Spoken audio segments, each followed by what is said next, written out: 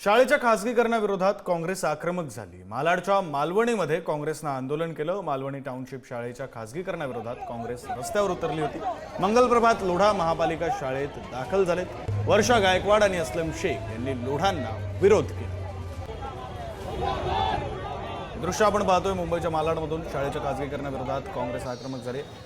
काँग्रेसचे स्थानिक आमदार असलम शेख, काँग्रेसच्या खासदार आणि काँग्रेसच्या मुंबई अध्यक्षा वर्षा गायकवाड या आंदोलनामध्ये सहभागी झालेल्या होत्या। मुंबईच्या मालाडमध्ये असलेल्या मालवणी परिसरातली ही मालवणी टाउनशिप शाळा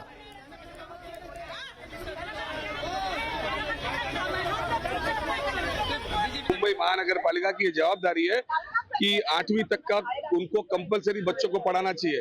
सारी सुविधा, बैग वगैरह सारी चीजें महानगर पालिका से मिलती है। अब सजा हुआ पूरा उठा के किसी के गले में दे देना फ्री ऑफ चार्ज, ये हम होने नहीं देंगे।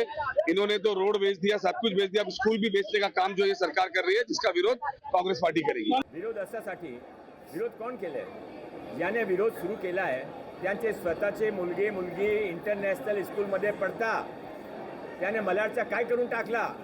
मलाडमध्ये जितकी सरकारी जमीन होती, सर्वात जास्त ओपन जैन सरकारी जमीन मलाडमध्ये होती, मालवणीमध्ये होती, सर्वांमध्ये एन्क्रोचमेंट करून दिला।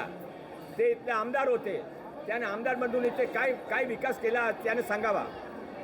हा जे राजनीती आहे, हा तुच्छ राजनीतीचा मी निषेध करतो।